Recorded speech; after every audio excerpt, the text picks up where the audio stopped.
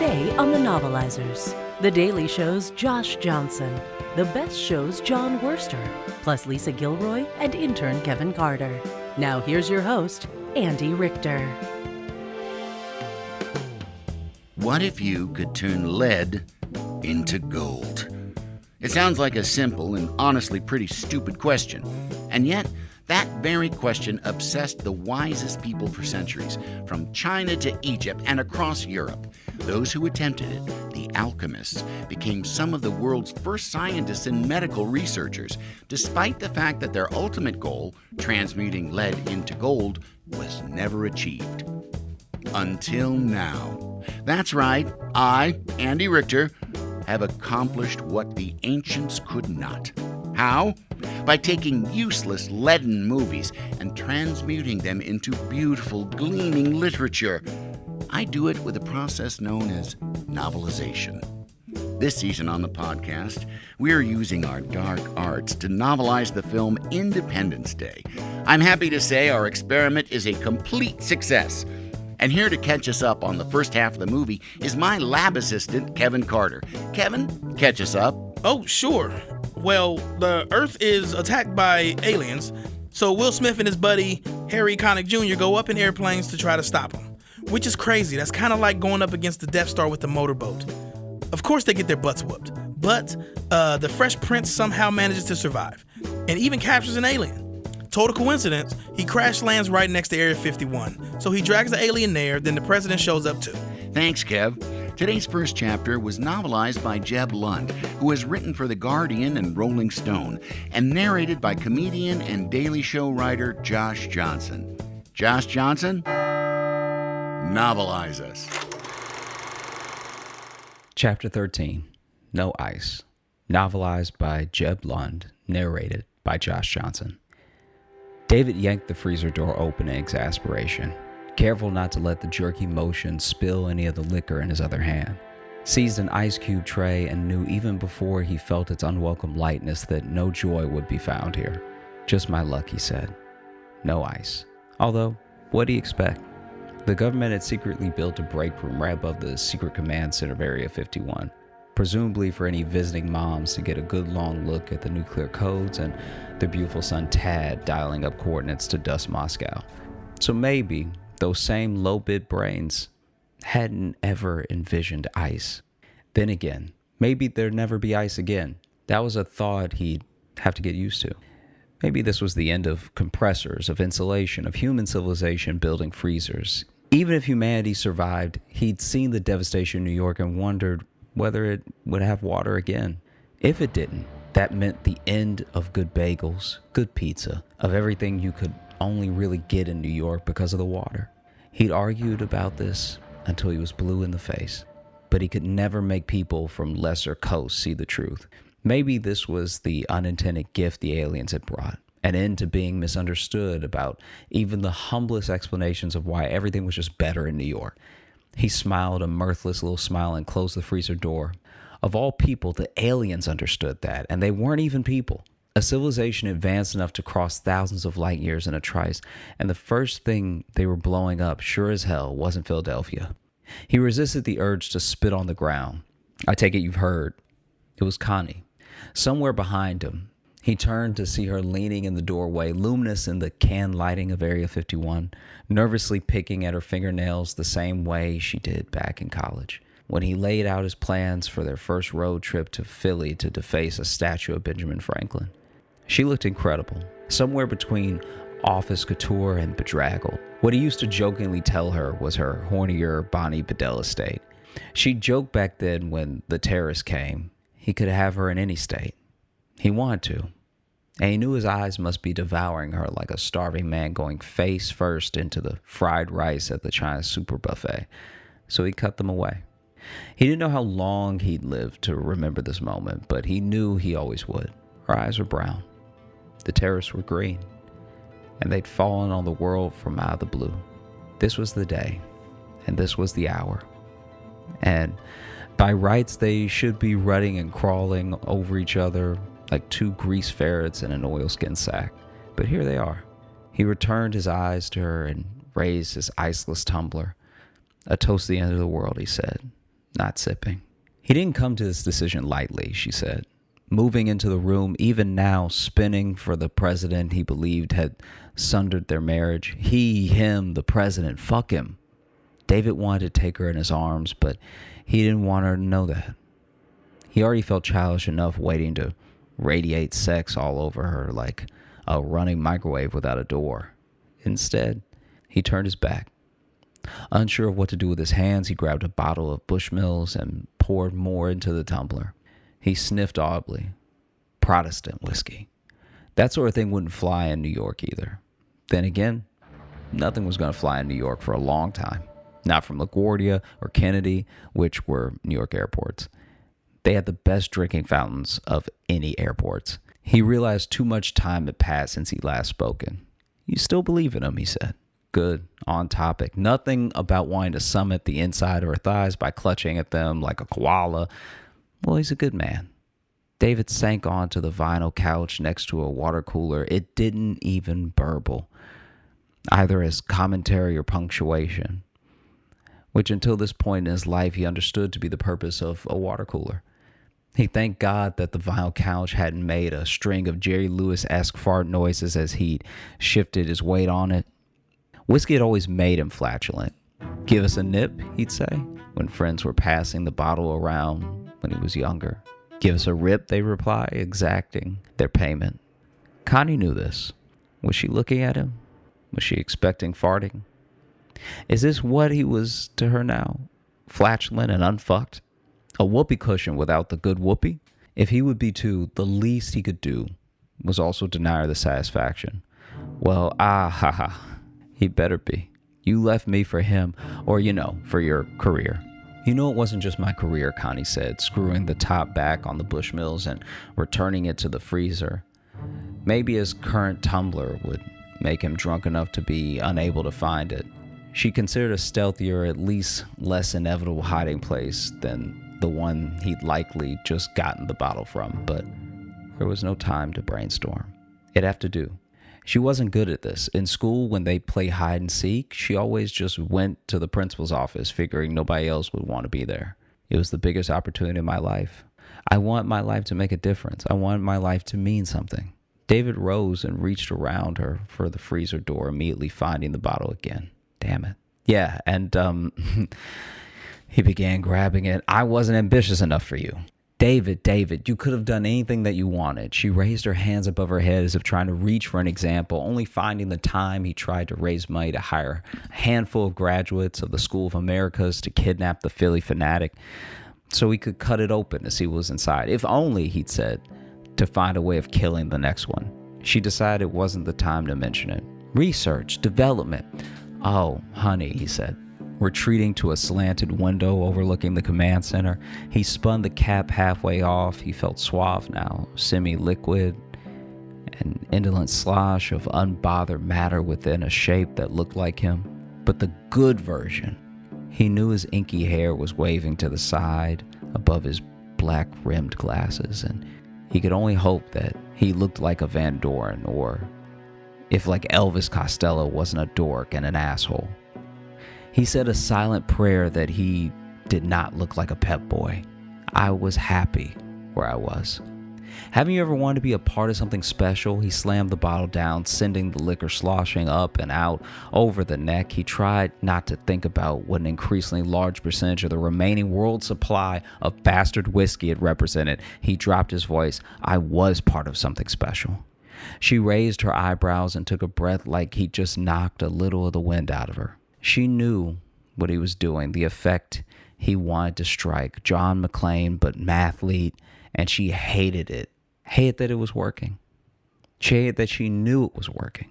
And she hated even more the sudden flash her brain showed her of their making love on the runway.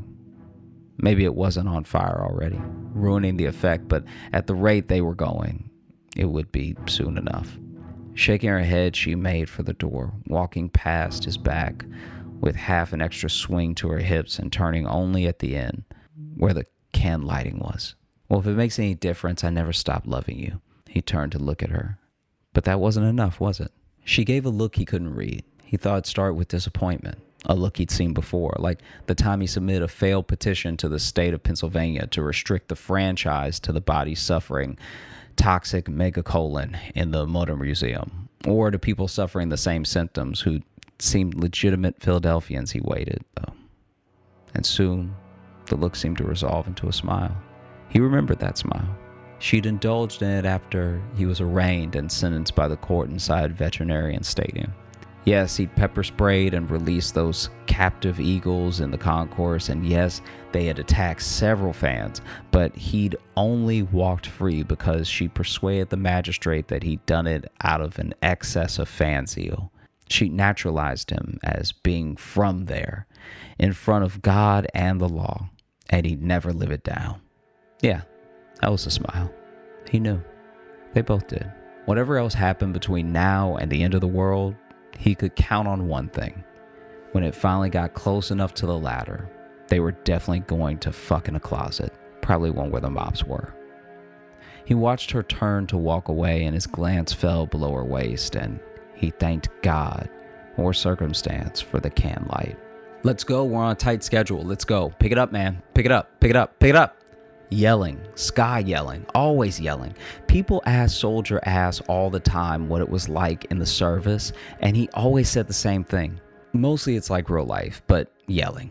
Yeah, they kissed your ass when you were signing up, and they told you all the be-all that you can be shit your ass could do once you were in, but once they had your ass, it was all yelling. Yelling in basic, yelling to wake your ass up, yelling to move your ass, yelling to get your ass to chow or out of chow, yelling that you need to get your ass to the dock, yelling because your ass fucked up, yelling because your ass was late. Your ass was theirs, and it was all you were. A person was sleepy or sick or late or hungry, but you weren't one. You were ass, and your ass was always wrong. And the only time they stopped calling your ass was when, they called you soldier. So fuck it. Soldier, ass he was. And he would sit on it until someone told him, get your ass up, soldier. But then along creeped this Will Smith looking motherfucker, looking like he was gonna boost a fucking helicopter. How much of this shit was this day gonna bring? Everybody else could have a normal apocalypse, but fate had to go and give him an extra credit assignment. Why'd this shit have to happen? Oh, he knew why. The yelling was happening. That shit was simple. Nobody built Area 51 to be logistical support for an entire fighter wing, and they sure as shit hadn't built it for refugees. So here everyone's ass was, humping supplies to and from the fight line. Only the flight line was about 25 yards from the hangar door, and there was an entire KOA campground of first-class civvy dipshits in danger of playing catch with their kids going long for one and misting their way right through a spinning rotor. 1 second, it's, hey, Dad, see if you can get this one. And the next, it's, and Dad's just a little cloud of, you fucked up, like somebody just got out of a can of air freshener labeled gore and sprayed it down the pavement. He clocked the Will Smith dude right off the bat. Maybe it was the jug head and the ear sticking right out. Dude looked like it was a trophy cup, just like Will Smith. Just grab an ear and hand the motherfucker over to whoever won the sack race or the singles tournament at the tennis club. But even if he'd looked like Uncle Phil, he'd still have stood up because he wasn't moving. Everybody else running around hefting burlap sacks like a flood was coming, and they got to get to the riverbank, and here his ass was sitting, elbows on his knees, head down, and feeling sorry for himself, like nobody else had his problems. Oh, sorry, man, a couple 10 million people just got wasted, and I guess you were the only person who knew someone in America. Fuck you. And there he would have left it, but now Captain Will Smith, or whoever the fuck he was up and walking a little too straight and a little too low-key right to the chopper and letting himself in like everybody was going to see his flight suit and say, by all means, sir, help your fucking self. He looked around. Nobody else was noticing anything, which meant, geez, this was his job to notice. He drew a sidearm and started jogging for the chopper, stopping feet from it and training it at the bridge of Will's nose, right where the engraving would be of the trophy. What the hell are you doing? Get out of there. Great, now he was yelling. Look, I got something I got to handle. I'm just borrowing it. Oh, well, When you put it that way, I suppose it's fine. You just take this multi-million-dollar whirlybird up for a look-see. Piece of shit. Fuck you for even making me say this shit out loud. I could be the only person here not yelling, but you gotta get up and fucking try me. No, you're not, sir. Do you really want to shoot me? The Will Smith dude shot back. Okay, he had him there. On the other hand, he had absolutely wanted to shoot him because fuck you, that's why. But on the other hand, the one that he'd have to write all this shit up with, he didn't.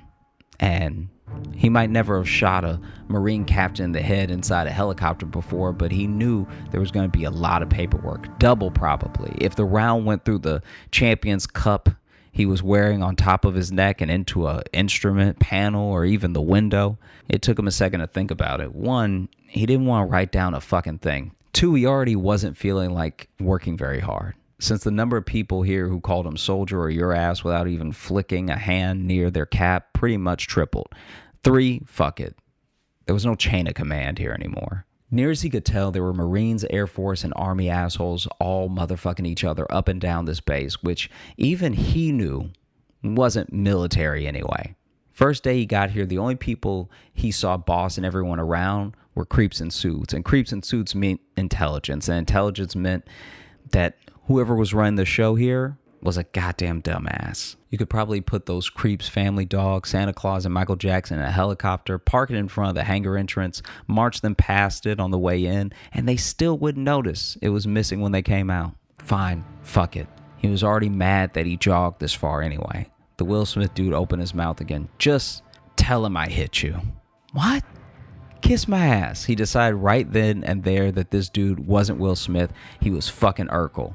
This dude hitting him would be like a sack of hair trying to chop down a fucking skyscraper. Like a single upright matchstick trying to hold back a machine press. Urkel meeting his fist would be like throwing a potted plant into a tornado. Did this bitch even know what caber toss was? Because this soldier ass was ranked number 3 nationally at caber toss in the United fucking States. He didn't even know what rank he'd be in Scotland, but he was pretty sure he'd be put somewhere between number 1 and King fucking Kong. He could caber toss this guy no problem. He should. Hell, he could take his time with it. He thought briefly about grabbing Captain Urkel by the throat and the balls forcibly straightening him out, then pushing his entire body very slowly up through the spinning rudders. Oh, you thought you'd say you beat me up? Check it out, bitch. You're prosciutto. Just pull here a spell, and I'll get the last cantaloupe on base and throw it at the helicopter afterward. He smiled. Captain Urkel, that shit for brain, smiled back and put his hand on the yoke. Fine, Urkel, fine. Fly away. You're not even worth the hand cramp. He was a technician, but as far back as he could remember, he always wanted to be a go-between. As a boy, he'd witness other kids at school striving to memorize the new slang before anyone higher up on the social food chain ever bothered to quiz them on it, just to avoid an ass beating when they stood there, dumbfounded, wondering what a jive turkey was. But he'd had nobler goals. The more integrated you were in the system, the more likely you were to be told gossip, and the more likely you were to be able to pass it on. He wasn't the fastest member of the relay team, but he always ran second or third because he never failed to grab or pass the baton, and he loved the idea of covering a greater distance between his teammates than anyone else. His was the last neighborhood in Wheeling, West Virginia, that had the phone company service with party lines, and even though every house had their own ring, he still answered his first, waited to hear the line pick up, and if it was Mrs. Ottenbein, said, "Mrs. Ottenbein, it's for you." As far as he was concerned, you couldn't even trust Ma Bell not to bungle a handoff.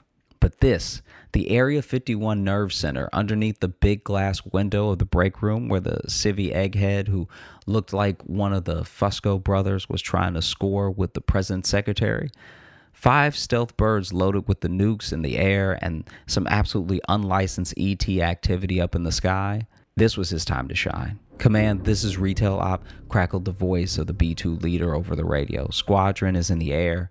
We are on station and awaiting instructions." "Roger, break formation, head to target," he radioed back. He took a deep breath, pushed away from the command console, and turned to his direct superior.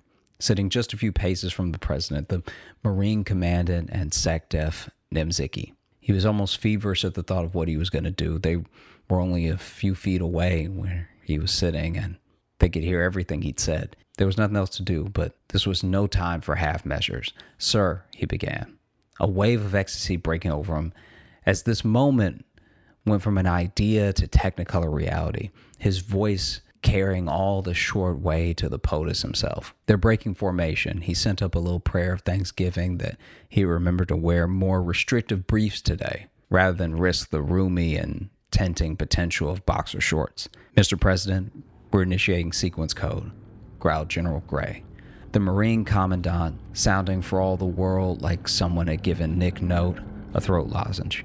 Not fixed, but better. Butterier. Like someone had lubricated the sound of pebbles dancing in a garbage disposal. His direct superior was verifying the authorization code Alpha Zulu 689er. "Which city will we reach first?" the president asked. His voice was different up close. On TV, it boomed more, authoritative. Here it slithered out of his throat like a half-whispered menace. He imagined the president saying, "And my daughter would like the waffle cone." In the same voice, he'd say, "Your mouth is writing checks your ass can't cash." "Houston, Texas, ETA 6 minutes and counting down," his superior told the president. "Houston," the president replied. Gray looked pensive, speculative. He nodded a little more quietly at the president. "The major cities have been deserted. Civilian casualties should be down to a minimum." The radio crackled again, this time from the watchers on the ground in Houston. "Command, this is Neighborhood Watch. We are in position. Tracking monitors are locked on. We're going to visual recon." They got a roger in response. Someone else at the console spoke, a quick and flat, "They have confirmation." It was Baldwin. Jeez, he hated that asshole. Baldwin had big ideas about how the dollar had no inherent value, but gold did, and somehow he both sworn an oath to the military and declared himself something he called a sovereign citizen. But he had even bigger plans for after the service. First, he said he was going to become a cowboy space libertarian for a famous director who liked empowering big-breasted girls by letting them punch people in the tank tops. Next, he was going to use something called social media to stoke something else he called stochastic terror against what he considered the most dangerous group of people in America, school teachers who understand the actual causes of the Civil War. Personally, the technician figured the only question about his future would be which came first, the day he accidentally shot himself in the dick, or the day he was arrested for tax fraud. If they made it out of this alive, he hoped Baldwin burned his dick off celebrating by trying to fuck a furnace. His superior confirmed the launch code, and the radio crackled from the B-2 commander again. Laser targeting was locked on. "We're locked on, sir," his superior chirped. "That son of a bitch." Repeating that was his job. "Do you wish to deploy?" POTUS just stared forward, like he was trying to figure out how to sound like Clint Eastwood when telling the drive-thru "no onions" at a Whataburger. "Mr. President," General Gray gargled, "if you wish to deploy, the time is now." Still nothing. Nimziki leaned forward. "Mr. President," he said over POTUS's shoulder. "Deploy," the president snarled, like he was trying to intimidate a convertible whose top wouldn't go up after he pressed the button. "That's a go, Alpha Zulu 689er, that's a go." His fucking boss again, that fucking parrot. There was no nuance there. Anybody could just repeat what they heard. But did they convey the whole meaning? Of course not. That's why he was there. Not that you'd know it looking at this collection of clowns. "Here we go," came over the radio. "Birds away," babbled Baldwin. Oh, jeez. Who delegated communication to these people? He could picture the nuke dropping out of the B-2 bay, picture its engines kicking in as the bird surged towards the ominous black skull cap shape hovering over Houston, like it was waiting to settle atop the head of the largest antipope in the universe. If he could see it, he should say it. If he heard it, he damn well should have said it. Instead, he was stuck listening in a room full of the world's dumbest echoes. If Baldwin was rolling any syllables around his mouth to see how they felt, they definitely weren't from the words he just heard. They were probably, "Am I being detained? The fucking bimbo." The B-2's radio visual confirmation of the nuke and started counting down. "May our children forgive us," POTUS rasped, like he was threatening them if they didn't. The radio again. 5 seconds to impact. 3, 2, 1. Then a roar like detonation. Nimziki leapt out of his chair. "Oh yeah, that's a hit," Nimziki shouted, like someone's crowing "damn" after slamming home a tomahawk dunk on a basketball hoop that had been lowered to 7 feet. The technician looked at him and knew he was seeing a man who'd never been high-fived willingly. On the radio, Neighborhood Watch was being buffeted by the atomic shock wave and trying to lock their systems down. Can we confirm that the target was destroyed? Now Poe sounded bored, like he was threatening the words themselves for boring him. He wondered how anyone could sound so bored about nuking Houston. Hadn't the president been there? He sure had, and he'd sworn that he was never going back, and now he knew how easy it would be to keep that promise. He almost smiled, but his superior had skittered over to stand right in front of him and start squawking. Get the tank commander online. I want confirmation that the target was destroyed. Yes, sir, the technician said to his dismay, repeating no one. Red Arrow Alpha 9723, can you read? Repeat, commander, you're breaking up. We've lost visual. Neighborhood Watch barked back. Roger that, we're looking for confirmation. We got the bastards, Messick crowed to POTUS. Clearly this was a guy who thought the movie Carrie ended with the shot of her headstone. Was he the only person who believed in jinxes? Yeah, Baldwin cheered. Good job, everyone. Congratulations, said Messick. At this point, just taunting the war gods. Was Messick doing this on purpose? He felt trapped in a horror movie with someone who could only say things like, let's split up. The technician wasn't ready to close the book on this conversation. There was still undiscovered data out there, and he was the only one left he trusted to be verbatim about it. Commander, do you have visual? He radioed back to Houston. I repeat, we need visual confirmation. Has the target been destroyed? Negative, target remains. I repeat, target remains. The answer came back. Up on the view screen, the technician could see it still hanging there. A huge black airborne circle. Like someone had tarred the roof of the Astrodome but knocked the rest of the building away. Call the other planes back, POTUS growled. He sounded like he was looking forward to personally horsewhipping every bomber. Other bombers might have more luck. Sir, we shouldn't just give up on this, whined Messick, all false innocence. Like he hadn't just put the whammy on the whole operation by trying to uncork the champagne before the screen even cleared. But that's what passed for a good idea with these bozos. Messick hadn't had any use for him up until now, but all of a sudden the only thing he could think of was repeating himself. Well, too bad and too late, shitbird. I said call them back, POTUS said, staring down Messick like he was doing an impression of Jack Palance giving orders to his own answering machine. Abort, crackled General Gray. The technician was certain now that Gray and the president were in a gruff-off, and Gray was trying to trump him with his impression of Tom Waits trying to leave a bad party. All right, abort mission, the technician superior said, springing into action with the vim of a mina bird that had just been electrocuted. Issue the abort codes right away. This is an abort, full abort. Do you read? Abort mission right away, he finished. The popinjay. He couldn't repeat anything with style to save his life or anyone else's. Love it. Each week, my intern Kevin interviews someone who actually worked on the film Independence Day. Kevin, who'd you talk to this time?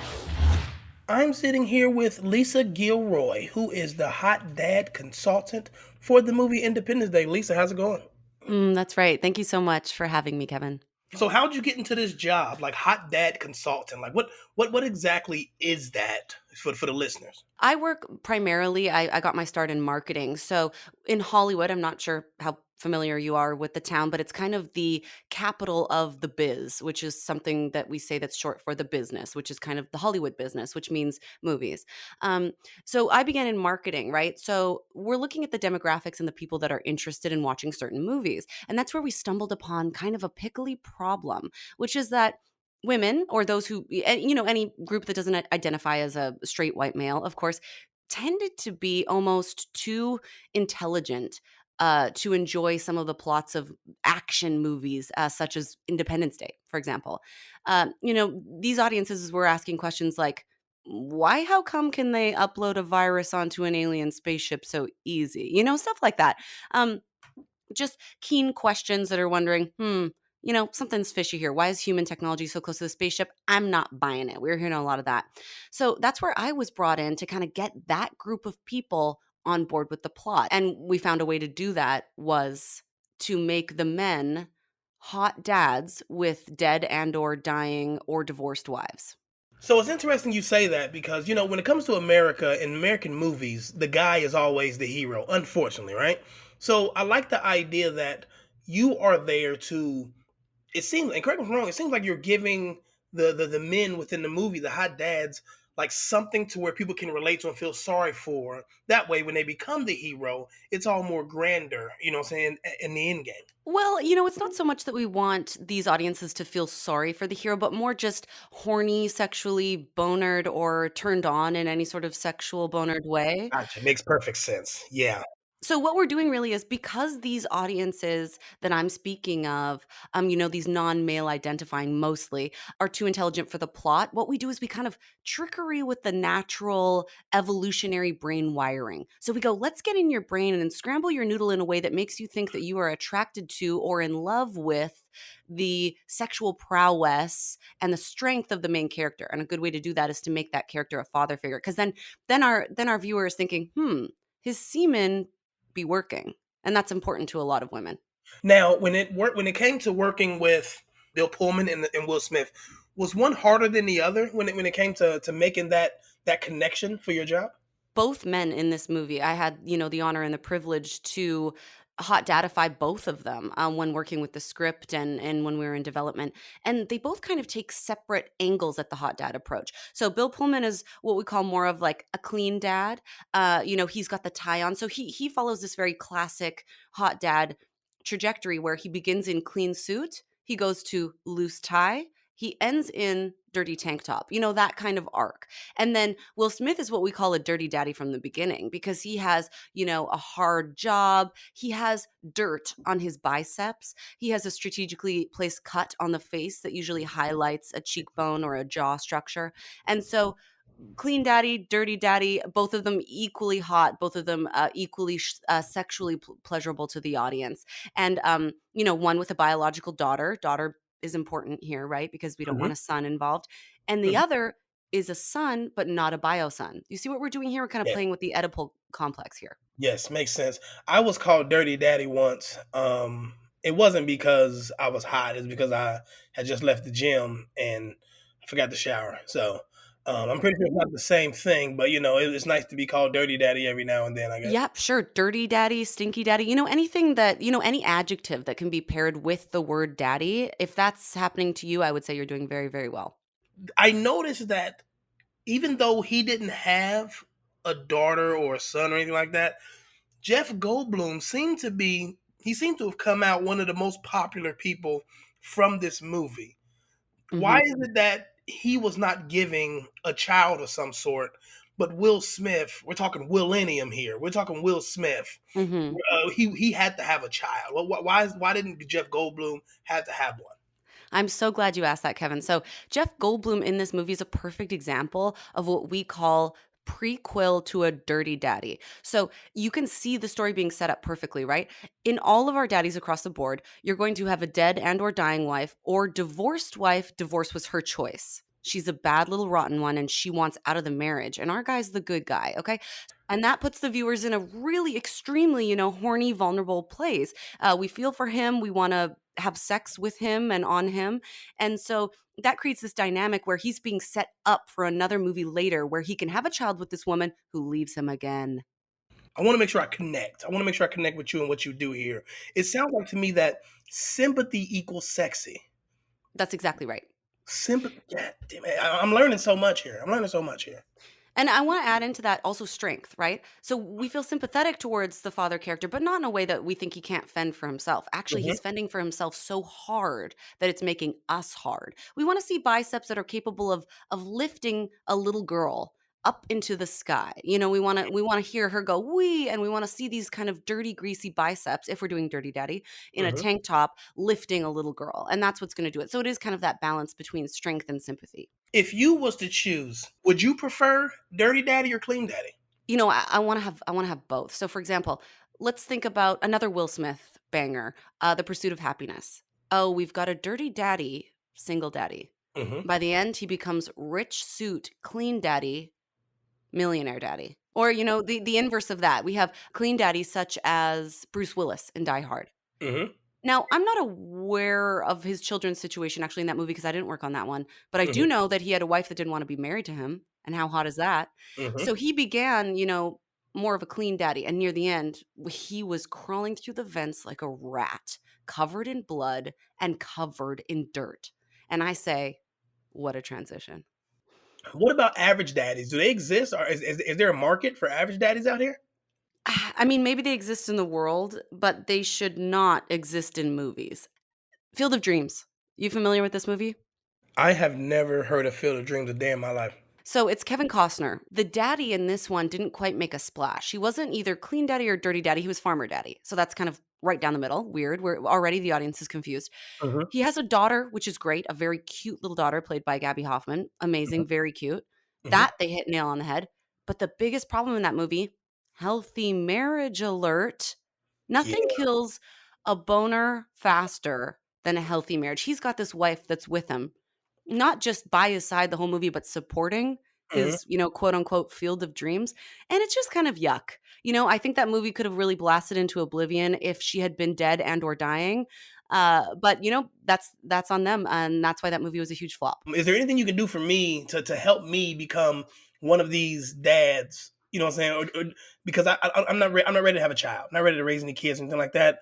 But I'm lonely out here in Hollywood. Nobody really knows me. People walk past me, throw things at me. Things like that. So Well, I'm so glad you asked. I have the perfect solution for you, actually. So, are you familiar with the movie Seven with Brad Pitt? I just recently heard about that. Someone just told me about that recently. Yes. Okay, now, would it surprise you to learn that I was a consultant on that film? You're thinking, who's the daddy here? Well, listen, in the end, it's revealed that Brad Pitt's wife was pregnant the whole time and she's been murdered at the end. Now, no spoilers, but that's what happens. This is a perfect situation for someone who's not ready for kids. It's Hmm. called the pregnant wife dies or is kidnapped or is killed trope. And it is dark, and I'm not recommending to you to get a woman pregnant and then have her, kidnapped.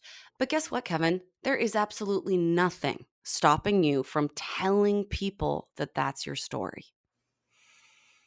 Are you with me? So I'm what I following. want you to do to dip a toe into this pool of daddy status is start letting the people in your life know, slowly but surely, that you once were married to a beautiful person. And this woman got pregnant. And the two of you were so excited for the arrival of the baby until she was kidnapped by your enemies. They took her away to a secret location. They killed her. You sought revenge. You killed all of them. And now you're back on the market.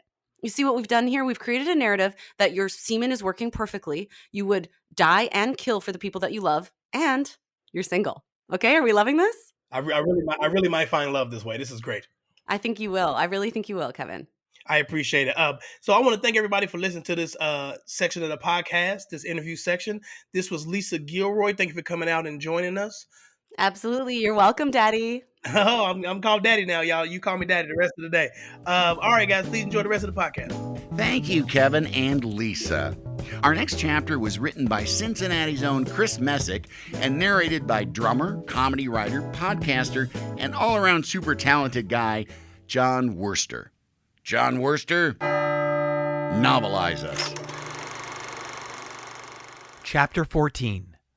The Rogue, the Coif, and the partial can of diet soda in an empty blended Scotch bottle. Novelized by Chris Messick, narrated by Jon Wurster.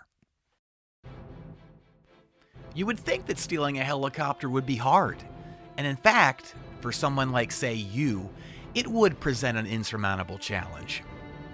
You'd probably get a finger or two lopped off by the spinning blade part, then crash the damn thing into a school bus or a hospital or something. And that's even if you figured out how to get off the ground in the first place, which, it pains me to say, would be highly unlikely given your general level of competence. But for someone with Captain Stephen Hiller's roguish bad boy charm, it had turned out to have been quite easy. He'd just hopped in, pushed the fly button, set it in up mode, talked a soldier out of shooting him, then, when his guard was down, laid a sick burn on his ass before he flew off. No, for Hiller, stealing the helicopter, like most things, had been laughably easy. The hard part will definitely be having the helicopter land wherever Jasmine, Dylan, and Boomer are. Because where the hell are they? Last time Hiller saw Jasmine, she was in Los Angeles, a city that was now less what you'd call a city per se, and more a sort of smoldering wasteland that offered limited possibilities for any Earth-based life to flourish. especially since the alien showed up and blasted it with a giant space laser. Of course, at one point, before the alien situation reached the using space lasers to turn large cities into lifeless craters stage, he'd suggested she follow him to El Toro, the base where he did all his airplane stuff with his pilot buddies. But he had no way of knowing for sure whether she'd actually begun the 46-mile trek. Plus, with all the fleeing, the blowing up stuff, and the rampant, if largely one-sided people versus alien aerial combat, she could almost literally be anywhere. On the road, on a spaceship, driving a bunch of survivors around in a giant red municipal vehicle. Okay, so just so we know what we're dealing with here, let's do the math. In the hours since they had last seen each other, she could have traveled hundreds of miles in any direction, at any speed, with any number of random detours thrown in. Sadly, Hiller's roguish bad boy charm powers did not extend to having good math skills. So after running the numbers, he assumed he was dealing with trillions of square miles, in which they could be anywhere. More troubling yet, she could be in any state of health, from best case, some sort of alien-enhanced godlike state of immortality, all the way down to worst case, being just as dead as hell. No, even someone with Hiller's roguish bad boy poor math skills could clearly see that the chance of finding Jasmine alive, with her son and dog intact, ever, let alone in the first few hours of flying, were extremely slim, to the point where, oh, hang on a second. Never mind. She's right over there. Oh, and there's Dylan. And good old Boomer. Nice. And bonus, she's got Marilyn Whitmore, the First Lady of the United States, with her.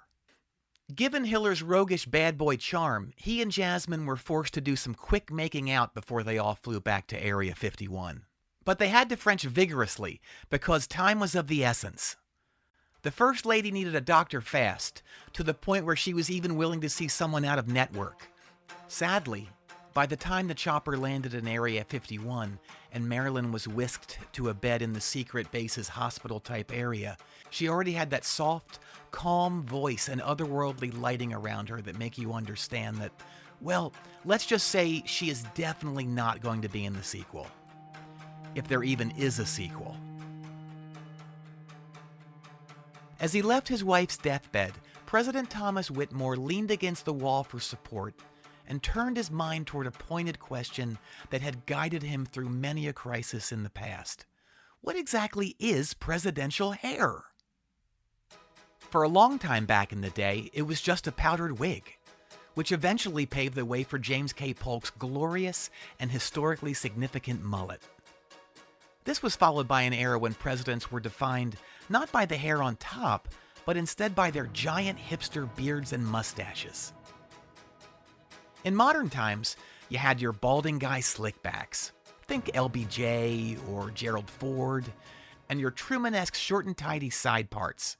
Thankfully, few Americans today remember George H.W. Bush's ill-advised cornrows phase, which tragically led to the U.S. invasion of Panama. But Thomas Whitmore firmly believed that the classic presidential hair has got to be the big old JFK, Reagan, Clinton power coif. Massive, bold, decisive. Wavy maybe, but unwavering. In fact, more than any policy position, his hair might well have been the single most important factor that led to his being elected president.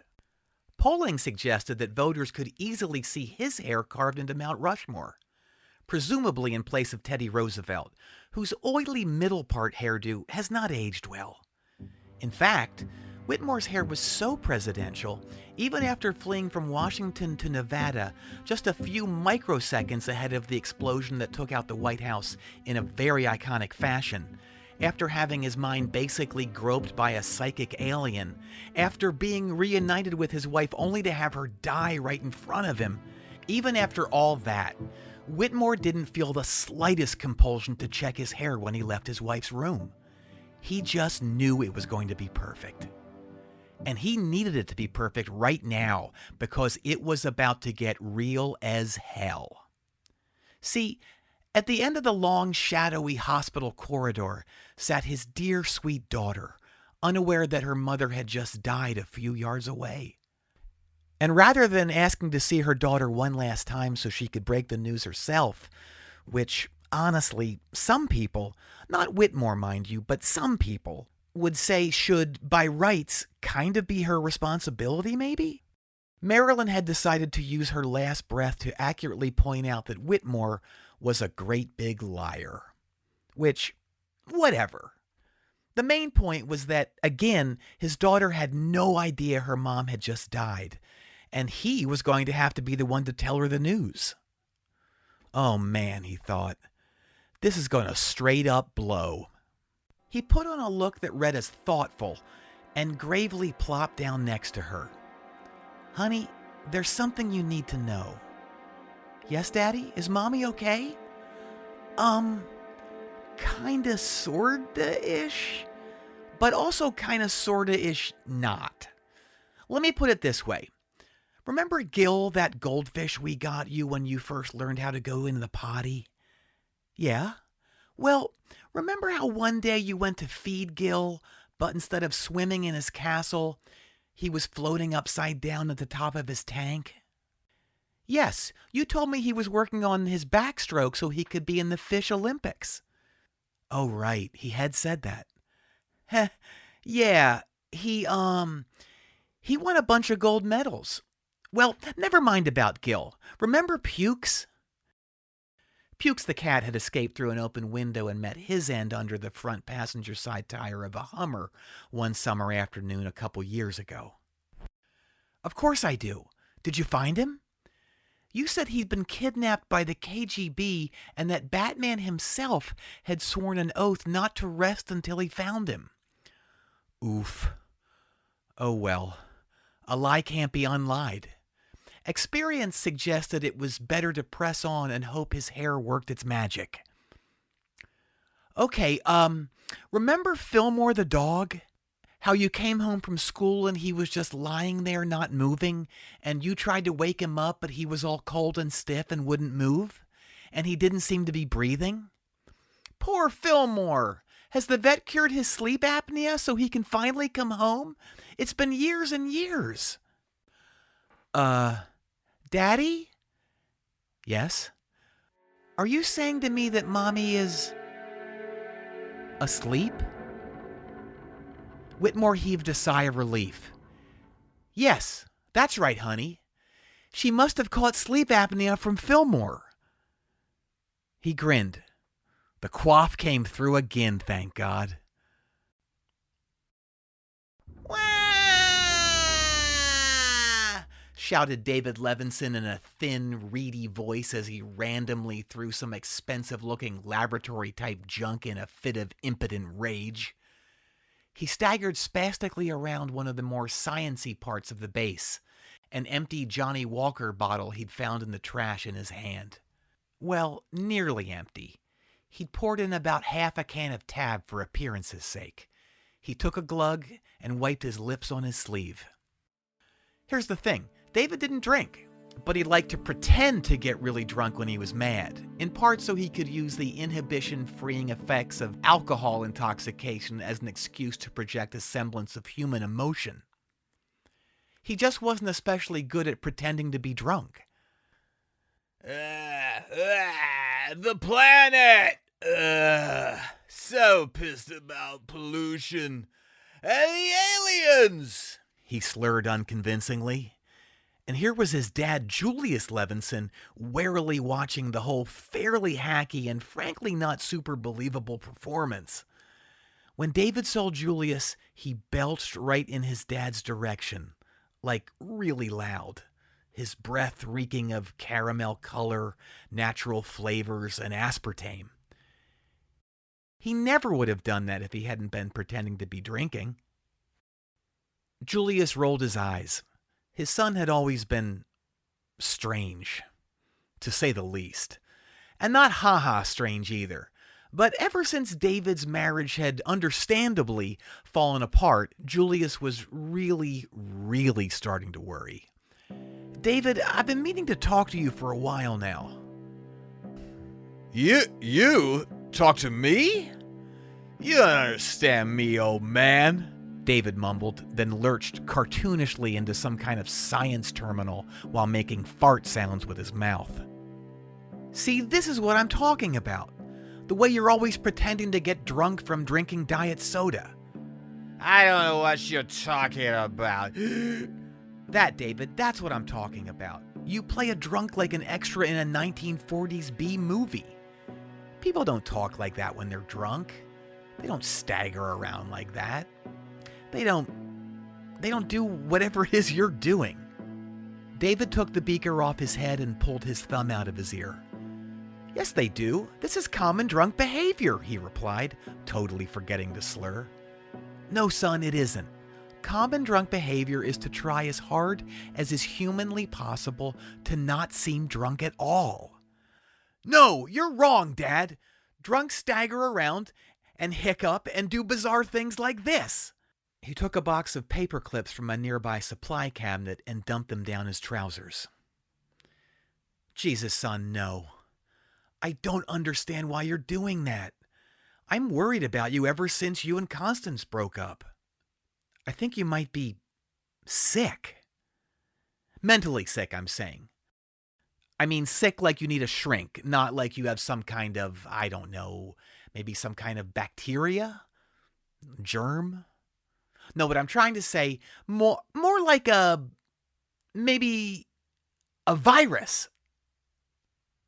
David knew when he was busted, but his father had foolishly left him a way out, inadvertently suggesting a way that he could save humanity, which, more importantly, would also get him out of this very uncomfortable conversation. Dropping all pretense of intoxication, David leapt to his feet. Dad, that's it! You're a genius! Time to make these aliens go viral! He shouted as he strode out of the room, making very little sense, and not only because going viral hadn't even been discovered in 1996. Gosh, I am so excited to see how this movie ends, but unfortunately, there's no way to do that except waiting until next week on the Novelizers. Until then, Kevin, land this spaceship. Thanks, Andy, and thanks to this week's guest contributors, Jeb Lund, Josh Johnson, Chris Messick, Jon Wurster, and Lisa Gilroy. More info about all of our guests can be found in the show description. The Novelizers was created by Stephen Levinson, produced by Stephen, Chris Karwowski, Rob Kuttner, and Suchetis Bokiel. Editing, mixing, and mastering by Chris. Improv booking by Christine Bullen. Music by Cole Imhoff. Art direction by Crystal Dennis with illustrations by Barry Crane. Intro narration by Robin Reed and interviews by me, Kevin Carter. Special thanks to Luke Dennis and Peter Hayes at YSO Public Radio in Yellow Springs, Ohio. Check out thenovelizers.com for more info about the show and follow us on Instagram, Facebook, YouTube, Twitter, and occasionally TikTok. If you enjoyed The Novelizers, please support us on Patreon or email thenovelizers@gmail.com to sponsor an episode. Till next time, I'm Kevin Carter, and you know what to do. Novelizers out.